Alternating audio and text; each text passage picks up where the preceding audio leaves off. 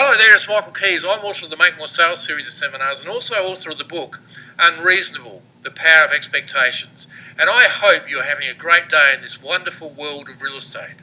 So what I want to share with you is about when I first started in real estate. You see, I really didn't know what I was doing. I was unconscious, incompetent.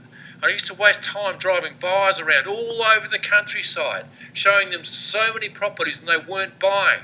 I used to wear a big brown leather jacket, and worst of all, the way I used to end the conversation with the vendors and with the buyers was I would say to them, I suppose you want to go away and think about it. And then we'd do the I want to think about it waltz, and they would think about it and they would think their way right out of the sale. Can you believe it? Can you imagine my prospecting? It was terrible. So I went on a learning journey. My family was struggling.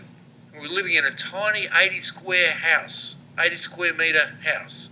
And my wife was hairdressing in the laundry to put food on the table. And I want to share with you what I learned, which turned my career around and helped me to win awards both nationally and internationally for my results. I discovered this thing called closing, an alternative to the I want to think about it, which hadn't worked very well for me, and I had to find a better way to do it.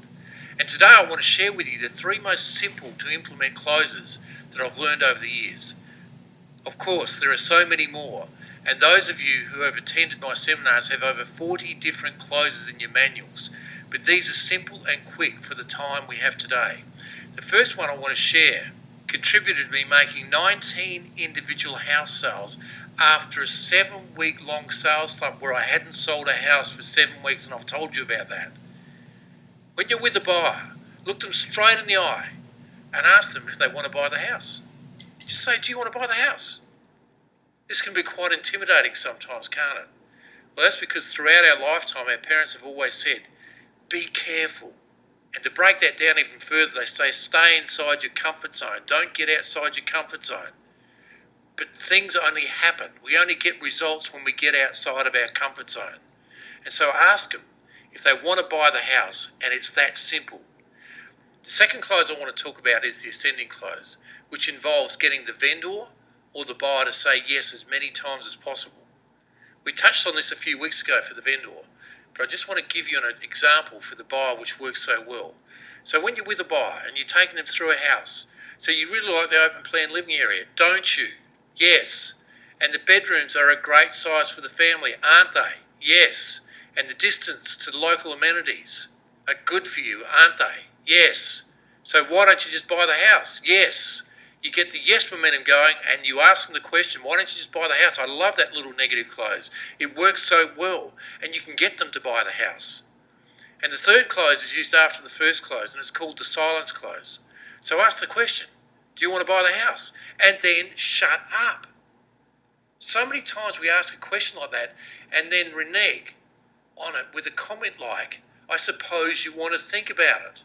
Or I suppose, and this is when it gets uncomfortable, when the silence gets uncomfortable. And my experience with this is that the longer the silence goes on, the more likely it is that these people are going to list with you, or the more likely it is that they're going to buy the house. So just shut up. Why your mouth closed? Because what happens is they have an internal dialogue going on in their minds about what it's going to mean for them to make that decision and what's in it for them. And the longer it goes on, the more they're thinking about the benefits of listing with you or buying the house, the benefits to them for buying the house. It's that important. And the comments that follow out of you feeling uncomfortable can result in a complete relationship breakdown with the buyer. And if it's a stupid enough comment, they're going to share it with all their friends too. So just shut up and wait for the answer. Do not try and put words into the buyer's mouth. Just shut up and wait. These are the simplest of closes because I wanted to give you something you can use today.